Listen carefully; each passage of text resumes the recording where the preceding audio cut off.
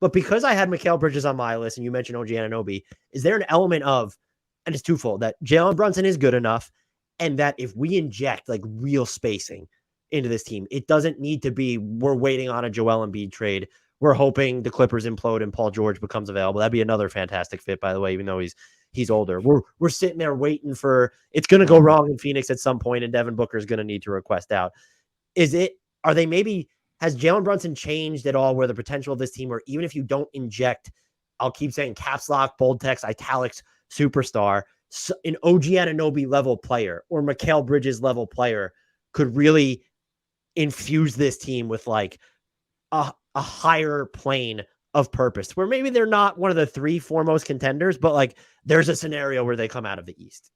I mean, we did just see an 8th seed get to the finals last year, and that's like real alien shit. Could we, like it is okay. What's going on in Miami is I don't care about the numbers. I watched the games. It's alien shit. Yeah. I don't know what is, and if it happens again and they don't get Dame and they just let 2 rotation players leave for nothing, extraterrestrial shit. Like I don't understand what's going on in there. I agree, and it's why like when I saw them doing it to the Celtics too, I just pointed at what was going on. I was very much LeBron in that meme of J.R. Smith. I was like, to Knicks fans, see, they do it to everybody. You mentioned the Celtics, by the way, the real galaxy brain thing, and it's not going to be the player that you think I'm about to say, is it goes so wrong there. Jayson Tatum's like, no, I'm not signing my Supermax. And so, then it's like, that's the name. That is the name. I hinted at this with John that he can technically like request a trade next offseason. I also think like the Lakers are the team that like if he's gonna go anywhere, it's gonna go play for Kobe's old team.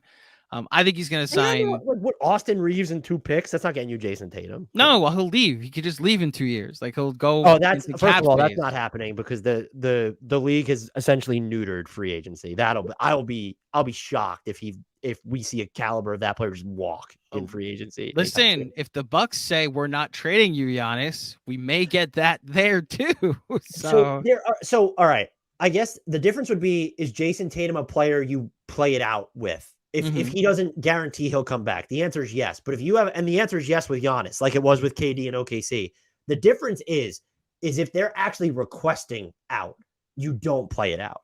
Kevin Durant requested out. The only reason he got traded is because he got hurt and Kyrie went. Well, Kyrie, like they were 20-2 at one point last year. So the thing I disagree about though is that if Kyrie's trade request came and Kevin Durant was healthy, the Kevin Durant trade request would have followed anyway, because, hey, that's what happened over the offseason. They were both healthy. Kyrie requested a trade. It didn't work out well. Then Kevin Durant issued his mandate, and then he played takebacks on it. So you're saying that – because that is what happened last offseason, that Kyrie asked for a trade. They said no. He opted in for the final they did tell him to go find one for like a sign and trade, and he couldn't. Well, except like go be a Laker was the only thing, and the Nets were like, we don't want the Lakers package. And then the what's it called? Then like during the day of free trade, and then you get during the season. I'll never forget the day that Kyrie asked for a trade. John and I were doing a Patreon pod. Macri and I were doing a Patreon pod, and we were saying like if you had to put a hypothetical $100 chip on a championship winner right now, or an Eastern Conference winner right now, who would it be? And I said the healthy version of Brooklyn. He's like, man, that's my answer too, because of what they looked like. And I wonder if like winning being the cure all, if you just don't play it out, if your guys ask for a trade, if you're saying that Kyrie would have asked for a trade, even if they were 30-2 on that day, then yeah, maybe that's like enough of a nuclear situation. I don't know that Giannis and Jayson Tatum are going to make things that nuclear. Well, and I think the difference there though is Kyrie's trade value had reached a nadir, and so even if you decided not to trade him, or maybe he doesn't request a trade, you decided because you didn't offer him an extension that he wanted, that you were going to let it play out anyway and risk him leaving. Kevin Durant had already signed an extension. That situation plays out so much differently if he was in a contract year. They wouldn't have been like, no, we're just going to play this out after the Kevin Durant trade request. And so if Jayson Tatum is cagey and won't request a trade or say he's not coming back, and ditto for Giannis, those teams have to play it out if they believe they have a chance of keeping him. I agree. And I also, there's one team I think Tatum would go to. Like, it is absolutely one team. Like, it's very much the Dame situation, except Tatum is closer to free agency. Like, I think he would walk and go to the Lakers. I said it was Galaxy brain. I don't think it's going to be, I would be shocked if he walks. Like, it would be a trade to me. That would be my guess. But I guess it could. The Lakers cap sheet is pretty clean in 2 years. And look, we're getting to the point where these guys make so much money that it doesn't matter, like, to pass on the long-term security. But the trend that we have seen, I agree with you. I think he's going to sign an extension next summer. I'm saying if there's one alternative reality, I think it's to walk to go to the Lakers. I think there's one version of Jayson Tatum's career that he'd be okay pivoting to that isn't an entire career with the Celtics. It's going and playing for Kobe's old team. This has predictably gone off the rails. So my final question on kind of the trade front was real quick. I agree with you about Paul George, by the way. Paul George, I don't think that's realistic for this offseason. And who knows about, he's the perfect. Oh, you mean this offseason that ends in like 36 hours? Well, no. So like there was a portion of this offseason when the Knicks were thought of potentially to be the third team in a James Harden trade, where it's like, we'll send you the depth and the pick pieces that you need, Clippers. Just send us Paul George. And you build around Kawhi, James Harden, Russell Westbrook, and, RJ Barrett or whatever you want to call the rest of that roster. And like Paul George is then your backup four. He's the perfect wing to play off of like Josh Hart and Julius Randle, and would anchor Tibbs' defense and off-ball defense the way that he needs you to. I'm right there with you on Paul George. I don't know how realistic it is anymore. In a way, it would be the ideal scenario, but you need the Clippers not to sign him or Kawhi to an extension, which I think it's probably fair to say they won't. Like, I don't know if they want the max, like, I don't know what you're like based off their availability the past few years. I don't know how you offer that. It would have to be, oh, shit went sideways again in LA. There's another injury that's not Paul George that has thrown their season, into the fire. James Harden isn't there, of course. Like, the Sixers didn't trade him there. And Paul George is just like, hey, I'm leaving after this season. So you get him middle of the year. They don't really have any leverage, so the price point is so low. This is kind of a nice segue into my question, though. Is there any worry or concern that the Knicks' best trade offers have diminished in shine? And I want to phrase it this way, not because I think that they have no assets, but when you kind of look at the Wizards and Pistons picks, you can't guarantee those will ever convey. The fact that they're protected so far out and they get a little looser, okay, great.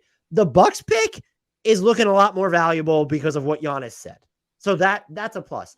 However, we've already seen RJ Barrett's on his new deal, not nearly as valuable as he was even this time last summer. Like, there was still more of a mystery box appeal to him.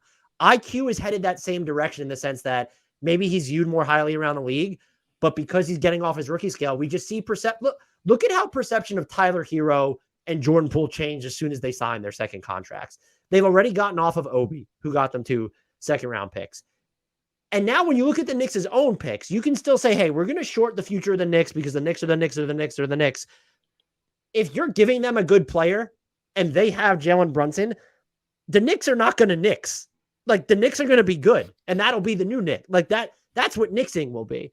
So I look at it and say, if you get into these really competitive, the Joel Embiid sweepstakes, the Jayson Tatum sweepstakes that you and I have just manifested, apparently, like, once you get to that level, how confident are you that they can actually cobble together the best offer now? Like, I do think, and I think this is a good thing that Jalen Brunson has changed so much for them. I don't know if they have the same asset firepower they did a year or 2 years ago, like the mystique of it all. And part of the mystique was, oh, it's the Knicks. So, like, if you can get a future Knicks pick in 2027, that's going to mean a lot. This is a testament to what the Knicks are now, but I don't think a 2027 Knicks pick is actually all that valuable anymore. Man, I disagree. I think the number one thing that James Dolan does for this franchise is the best thing that he hates owning, that he doesn't like to be the owner of. But the number one thing he can always do for this franchise, at least at current time, is that teams will always value their picks more because they are convinced something he owns will crash and burn. Do I recognize that they don't have rookie scale guys to trade, and like the Dallas tanking so that way they get 10 instead of the Knicks getting 11 did kind of mess with their plans? Sure, but I also think like going into next offseason, if Dallas gets the 13th pick, the Knicks could potentially have 2 picks in this upcoming draft to offer teams. Maybe a 2027 Knicks pick might not be as valuable, especially if they have Giannis or Embiid and Jalen Brunson. Or Jayson Tatum. Or Jayson Tatum, who knows? We need to start. This needs to be a thing. Like, let's get the Jayson Tatum watch. Photoshop going. Yes. People go with Photoshop. Get on that.